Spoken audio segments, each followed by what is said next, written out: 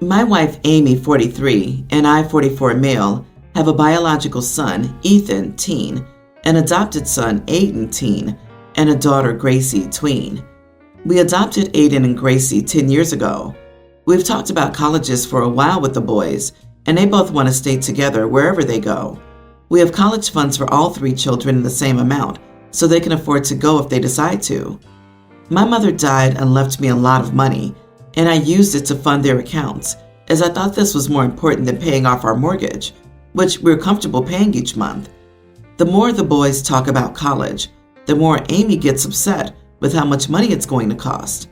This all ended up in a huge argument between us, and her calling me an idiot.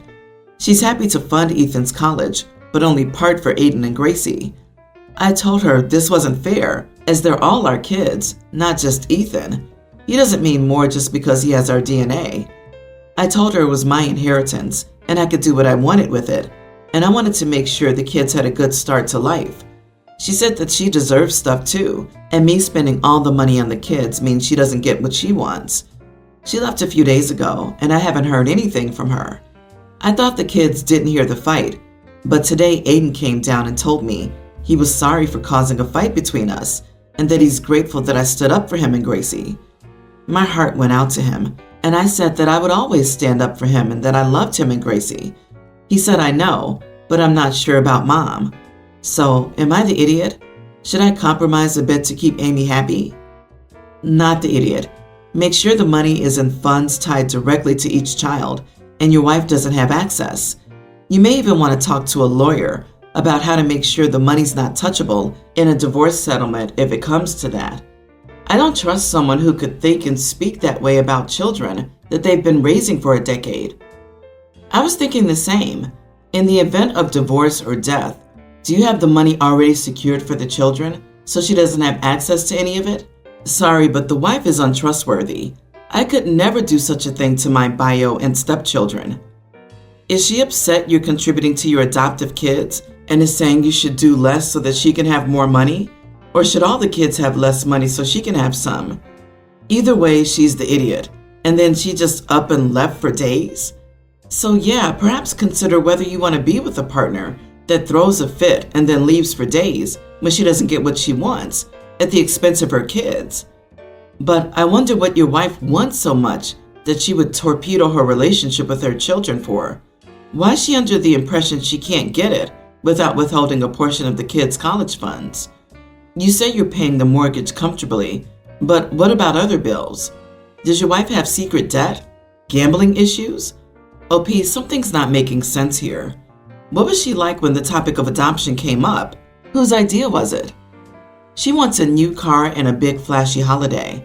The adoption was her idea, as her cousin and his wife were losing custody of the kids. Sadly, they are no longer with us and haven't contributed to their upbringing at all. I work full-time and pay all the mortgage and bills. She works part-time just for something to do. She keeps her money. She likes to spend money on stuff we don't need.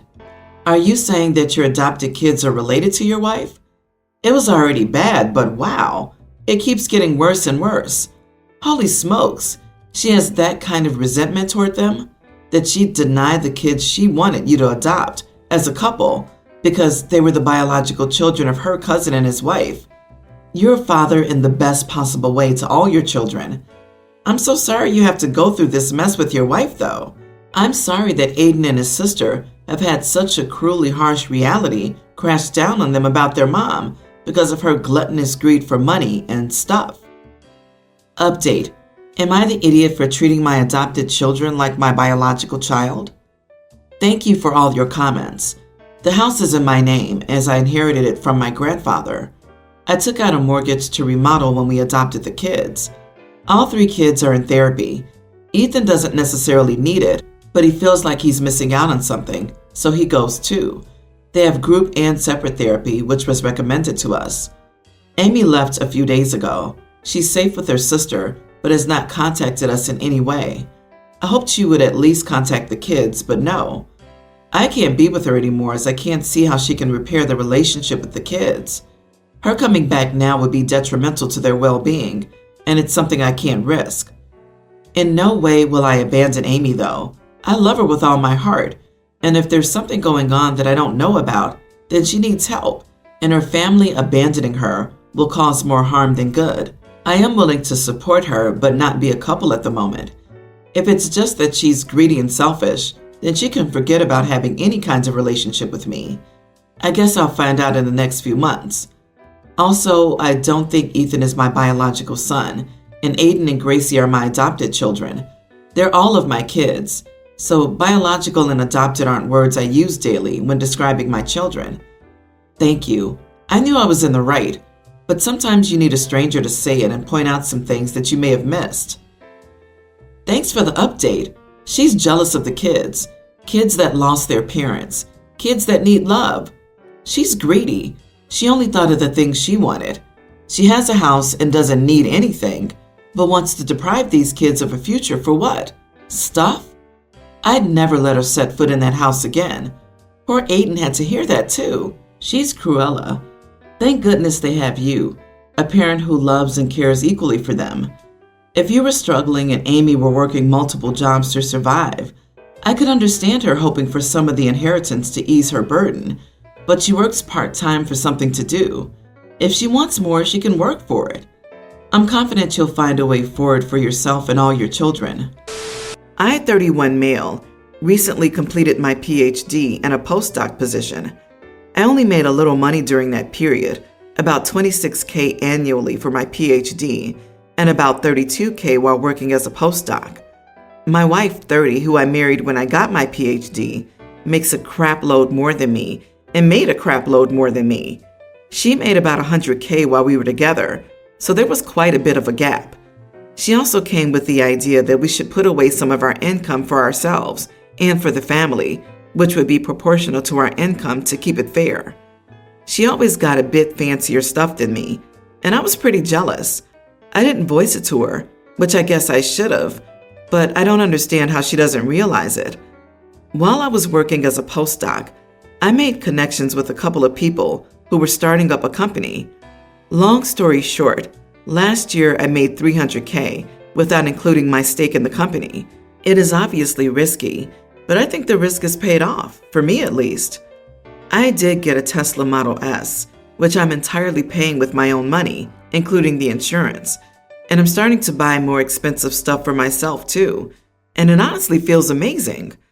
Now she's asking if we should combine our incomes and get the same amount of our money, which feels like total BS. She wants to eat her cake and have it too, and I just said no, she wasn't being fair. She then went on a spiel about equity, which I honestly didn't listen to, so she can make that suggestion, but I am allowed to say no, right? Am I the idiot? I didn't voice it to her, which I guess I should have, but I don't understand how she doesn't realize. So you resented her for years and expected her to read your mind or something? Instead, you're complaining that your wife voices the same feelings you've had for years but didn't communicate. She might have agreed to revisit the agreement if you'd only asked. Maintaining the agreement is fair, but you're doing this out of spite, not for fairness' sake. You are the idiot. How did you get a PhD when you can't communicate simple things? Sheesh. You were working on the PhD and postdoc for what, 8 years? During that time, she supported your butt, keeping a roof over your head and food on the table. She made it possible for you to concentrate on your studies and earn your PhD. The only thing you're going to earn now is a divorce. Hope that's what you want. Agreed. Ugh. Unfortunate reminder to never provide for a man, because there's a chance he's secretly competing with you and/or quietly building resentment. When said dude advances in his career, he'll quickly switch up on you. Not all men, just enough to make the stereotype prevalent. Stay safe out here, girls. As a kid, I always looked up to my older sis because she was so cool, pretty, and a popular girl. I always tried to be like her, dress like her, listen to her music. You get the idea. I was popular the first time I stepped through the high school door because I was basically a copy of her. I was overwhelmed by the attention, but quickly found out she was most popular with only the guys.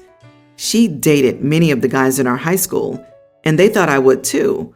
I was so embarrassed. I had her mom take me out to buy new clothes and everything. Whatever she did, I went the opposite way. She wore tons of makeup. I wore none. She listened to a certain type of music, but I didn't. We went to different colleges. Fast forward to now. Sis must have figured out her lifestyle wasn't healthy, so she stopped dating a bunch of men, deleted all those apps, and met Sam. He's handsome with a great personality and a fantastic job. He was smart, funny, outgoing, and could own the entire room when he walked in. He grew up in a different city, so his family doesn't live here, but we've met and they're amazing, just like him. Sam quickly replaced us as Mom's favorite child and became our dad's best friend. He eventually proposed and everyone was over the moon. I was very happy for Sis. Last week, she came to my door looking like a complete wreck. She was crying so hard she couldn't talk. After an hour or so, I calmed her down enough to get the story. Apparently, they were at a party and were mingling separately when he overheard some guys talking about her popularity. Sam joined the group and got her dating history. 2 of the guys in that group dated her, and about 4 other guys at that party did too, one of whom works with him, which is why they were there. He heard the guys laughing about how all the men in town were depressed when she went away to college, but rejoiced when she came back. So when they got home, he asked her, and she told him the truth, and he left without saying a word. I helped Sis, and she's been staying with me for now. She hasn't told anyone and has been trying to get in touch with Sam and his family, but they're all ignoring her. Everyone on our side is super confused because Sam just disappeared. Our cousin, my best friend, pinned me down the other day to ask what happened. I told her, and she was appalled. She called him all sorts of names and said he was insecure. I said I could understand from his view as we live in a small town, and it's hard to know many men and your coworkers know your future wife. Then my cousin and I got into it. She said I should be supporting my sis no matter what. I argued that I was supporting her, but supporting doesn't mean I have to agree with her. Now I might lose my best friend. Edit. We're all in our 30s, graduated college, and living independently. Hard, you are the idiot. You sound pretty smug and judgmental. That was her past. Sister isn't like that now. She met a great guy who's apparently judging her past. In my honest opinion, he wasn't the right one for her anyway if he's like that. Is he untouched? I agree with your friend. You should be supporting your sister. You also sound like you're crushing on Sam. That was my first thought too. Sister is jealous and has a crush on Sam. From a male point of view, none of those guys had the quality to keep her. Everyone happily took advantage of her, but now acts like she's to be outcast and blamed. What a bunch of worms. Sam had many good qualities, but because he found out that she had a life before him, what a surprise. He leaves without a word? Don't defend him and put all the blame on him just for leaving without a word. That's incredibly misogynistic. If she had been a guy, it would have been fine. As a woman, I always ask myself that question in any situation. Would it be the same if this was a man doing it? Would she have left him if he slept around in high school? And her friends were all talking about it? Or is this a situation created by her exes, trying to act alpha around her new man? Crowding around talking about what? Gross frat guy behavior? And it doesn't seem like you like your sister that much. You have a terrible opinion of her. Controversial opinion, but I would hate to be in a room and find out that my fiancé slept with half the people in the room. I would feel lied to because a lie and omission is still a lie. If he had told me his dating history before then, I could have been prepared for what may happen or what people say. So in my early 20s, I got into business with a man, Eric, who stole all my money and left me in debt. I sued and lost because I was an idiot who blindly trusted this man and didn't do things correctly to protect my rights. He was also a smart man who probably made a living by stealing from people. I went to therapy, paid the debts, and learned from that lesson. 30 years later, I found out that my daughter's fiancé, Jake, who she's been with for 4 years, is the son of that darn thief. I liked Jake, and he always seemed like a great man. I know this sounds stupid, which I clearly am at times, but despite knowing Jake's last name and his father's first name, it went over my head that Jake's father had the same name as that crap criminal. His first and last name is so common that I never connected the dots, I guess. That is, until I was at my daughter's apartment with Jake and his mother. I saw Jake's father's name written on one of the wedding invitations, and as soon as I saw the full name written on the paper, it clicked. I was shocked and terrified, so I excused myself and went back home to do some internet stalking to make sure this was the same guy. It was. I was so angry and confused that I went back to my daughter's apartment and told them that Jake's father had stolen my money and ruined my life. I probably seemed like a lunatic trying to explain this to all of them. It's been 2 weeks since I found out. Jake believes I lied about his father stealing from me because I lost the case. My daughter's clearly confused, and she says she believes me, but refuses to postpone the wedding after all this was uncovered. Jake's mom, who divorced Eric years ago, is accusing me of waiting until this moment to reveal this information because I want to sabotage the wedding and back out of helping her pay for the wedding after promising to do so. I feel so conflicted. I'm angry that this piece of crap somehow barged into my life again. I don't trust Jake because I have no idea how much he truly knows about his father. His father raised him for most of his childhood. I'm worried about my daughter, and I feel so stupid for not realizing this when Jake talked to me about his family, which was probably a year ago when they got engaged.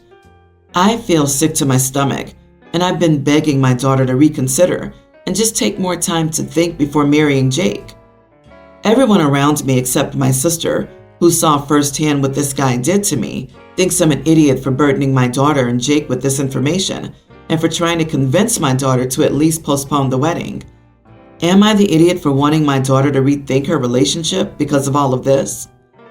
Not the idiot. Apples sometimes don't fall far from the tree.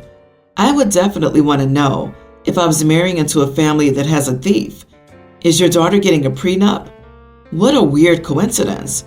You should probably try to be less emotional about it when talking with your daughter. Poor thing. That's a scary thing to find out about your fiancé's family at the 11th hour. But honestly, if anyone had done something like that to my mom, I would have some serious second thoughts about marrying the son. You are the idiot. I get it. It hurts. And you feel blindsided and tricked and confused and icky. You've had an emotional reaction. But this emotional reaction is not fair to your daughter, nor is your request to postpone the wedding, to at least postpone the wedding, which reads like you'll be trying to convince her to cancel it. Your daughter's engaged to Jake, not Eric. Limit your exposure to Eric and let your daughter live her life. Agree. I believe you are kind of the idiot for projecting the way you view this man who hurt you onto his son, with whom you stated you had no problems prior to finding out who his father was. My father's a raging alcoholic, and I don't even have a beer a year. Your DNA doesn't determine who you are as a person, so try your best to separate your views of those two people. OP said Eric raised Jake. Eric's a con artist. Kids learn to lie from people like Eric and are taught that it's perfectly fine to screw people before they screw you. Look at how Jake's first reaction was to tell OP, well, you lost the case, so you're lying.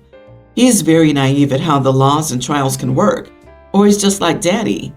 OP, you will absolutely need to sit down and have a longer and calmer discussion with your daughter and her fiancé about this.